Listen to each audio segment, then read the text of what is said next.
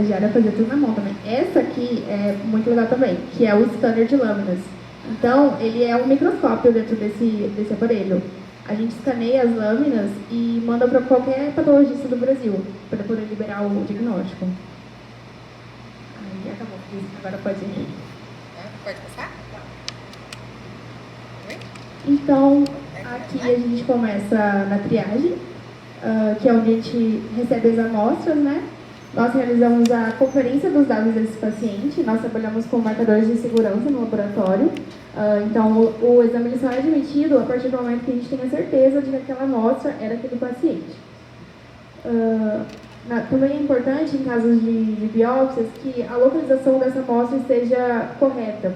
Por exemplo, às vezes no frasco está falando que é o lado direito, sei lá, face direita, na requisição está a face esquerda. Então, a gente nunca dá prosseguimento no exame dessa forma, porque senão a gente vai liberar um diagnóstico incorreto e isso vai ser prejudicial para o paciente. A requisição médica também é muito importante, é uma coisa que a gente ainda está lutando muito com os consultórios, porque eles mandam muitas requisições sem os dados do paciente, sem dados de nascimento, sem CPF. Então, esses são dados que a gente precisa, além das indicações clínicas, do histórico clínico do paciente, que é muito importante para o diagnóstico.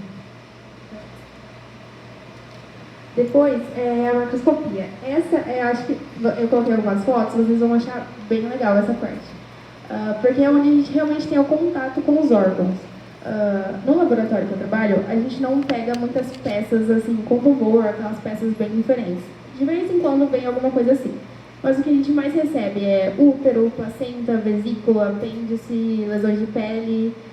Esses são os mais comuns. Então, o que é a macroscopia? Ela é a análise a olho nu da peça. Então, quando chega uma peça, a gente tem que fazer toda a descrição dela. A gente vai medir essa peça, a gente vai falar qual a coloração dela, qual a textura dela. E aí, a partir disso, nós vamos fazer a representação de fragmentos específicos para que a patologista possa liberar o diagnóstico. Porque uma placenta, ela mede em média 20 centímetros. A gente não consegue colocar toda essa placenta na lâmina para a médica ver. Então, a gente tem que selecionar fragmentos específicos para que ela consiga todas as informações que ela precisa para liberar o diagnóstico. Então, dito isso, cada peça ela possui sua particularidade, porque nós temos que conhecer todas elas basicamente para saber o que eu preciso selecionar ali para que seja feito um diagnóstico correto. E, então, como eu disse, os macroscopistas são os olhos do patologista. Aqui nós temos alguns casos mais de GO, né, de ginecologia e obstetrícia, que eu trouxe. A primeira imagem, vocês estão conseguindo ver daqui ou estou na frente? A primeira imagem, ali é um colo uterino. O colo uterino, não sei se vocês já chegaram a ver alguma imagem de... Vou ver se eu consigo aumentar. Tá. Acho que não. Alguma imagem dele saudável. Mas ele é bem lisinho ali, a ectocerce, ela é bem lisa e uniforme. Nesse caso, era um tumor. E o engraçado foi que esse caso em específico foi de uma paciente que ela tinha ido só fazer uma esterectomia para retirar o útero. Mas, assim, os exames anteriores não tinham sido feitos corretamente, porque, basicamente, o médico chegou na cirurgia e não sabia que ela tinha um câncer. E esse tipo de câncer é muito fácil de detectar, né, através da colposcopia, que é ali o exame que a gente faz quando vai fazer a coleta do preventivo. Que o médico coloca o especo, abre e olha lá no colo do útero, né, para fazer a coleta do exame e para verificar se existe algum tipo de lesão. Do lado direito, a gente tem um útero gravídico. Essa peça, a gente até... No dia que eu contei para minha chefe que eu recebi o convite para vir dar a palestra, aí eu pedi para ela se eu podia tirar fotos e tudo mais, e não estava chegando nada de diferente naqueles dias para eu tirar foto. E nesse dia, justamente, chegou essa peça. Foi muito legal, foi um presente de Deus, assim. Então, dentro desse útero, a placenta ela cresce a partir do endométrio, né, que fica dentro da camada interna do útero. Quando o descolamento da placenta ele não consegue ser feito, os médicos não conseguem tirar a placenta de dentro do útero, isso é um problema muito grande, porque pode gerar infecção, a paciente pode morrer de sepse, né, porque ali tem um tecido que está morto, basicamente. A placenta só serve para gerar o bebê. nesse caso teve que ser feita a retirada do útero justamente por isso, porque eles não conseguiram retirar a placenta. Ali até tem um prendedorzinho, não sei o nome dele, mas ele está preso ao cordão umbilical. Então foi bem legal, bem diferente de ver. Na peça da direita, a gente tem uma gravidez tubular. Essa é a tuba uterina, ela geralmente não é desse tamanho, tá? Ela é bem menorzinha, o diâmetro dela ali é bem menor, é meio centímetro, esse daí tá mais de 1 centímetro. Então ali a gente não tem nenhum embrião, nesse caso. Eu nunca vi nenhum com embrião, eu mesma vi, né? Eu já vi foto na internet só. Mas ali a gente tem tecido placentário, a gente tem coágulo sanguíneo que ficou dentro dessa tuba e ela tem que ser retirada, porque senão ia ser prejudicial para a paciente. Aqui a gente tem, quando acontece um aborto espontâneo, né, tem que ser feita uma curetagem para retirar esse tecido de dentro do útero da paciente, porque isso pode infeccionar, pode levar a paciente a óbito. Quando é feita, essa foi uma curetagem uterina, inclusive que a gente recebeu no hospital do interior,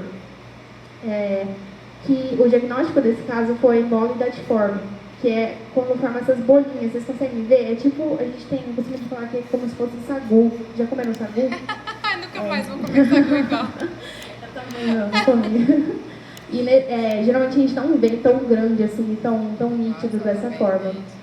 O que a gente vê é, geralmente, os restos ovulares, que é o produto da curetagem uterina que a gente recebe, ele vem um tecido bem menos tecido, e a gente tem que ficar procurando essas bolinhas, porque justamente essas bolinhas dão o diagnóstico de mole datiforme, e aí o paciente tem que seguir todo um tratamento específico. Deixa eu tirar aqui. Ui. Aqui eu coloquei algumas outras peças mais diferentes, que não são de GO. Essa é uma lesão de pele bem grande, inclusive, ela media uns 5 centímetros, do couro cabeludo do paciente. Ali no centro, vocês conseguem ver que está mais escuro, está mais escuro, está diferente do resto da pele. Então, ali era a lesão. E por que os médicos retiram um pedaço tão grande? Por conta das margens cirúrgicas. Essa lesão, ela pode estar comprometendo as margens, ali as bordas desse redondo, mesmo estando tão longe. Então, os médicos já retiram a lesão com um espaço a mais para evitar casos de metástase. Então, aí a gente já tinha feito os cortes nessa peça, justamente para representar essa margem, para que a patologista possa ver se essa lesão está chegando perto, se vai comprometer o paciente ou não. E tudo isso é muito importante porque isso define o tratamento desse paciente. Vai lá alterando os graus da terapia que ele vai, terapia-alvo que ele vai ter que fazer dependendo do câncer. Essa foi uma peça bem rara também, a gente vê pouco lá no laboratório, é um rim, ele tem ali um tumor de células claras, se eu não me engano o nome. Toda essa parte do centro ali, mais amarelada, mais sanguinolenta ali, é o tumor. E ali em volta tem o tecido mais normalzinho e lá atrás a gente consegue ver a gordura. Essas peças maiores, elas vêm com bastante gordura, porque nós temos que encontrar, quando a gente vai fazer análise macroscópica dessa peça, a gente tem que encontrar no mínimo 12 linfonodos. Linfonodos, vocês sabem o que é, né? São aqueles aglomerados de linfócitos, enfim. E a gente tem que encontrar isso porque isso é muito preditivo para o diagnóstico e para a terapia do paciente.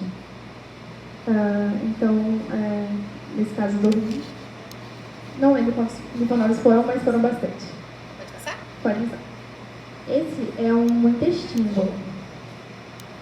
Esse é um intestino, ele já está aberto. Casos de tumor no intestino, a gente recebe geralmente um segmento. O maior que eu já vi foi de 1 metro, assim, mais ou menos. E quando a cirurgia de emergência, o paciente não teve um preparo intestinal, né? Como o preparo que faz para quando vai fazer colonoscopia e endoscopia, que toma laxante por alguns dias.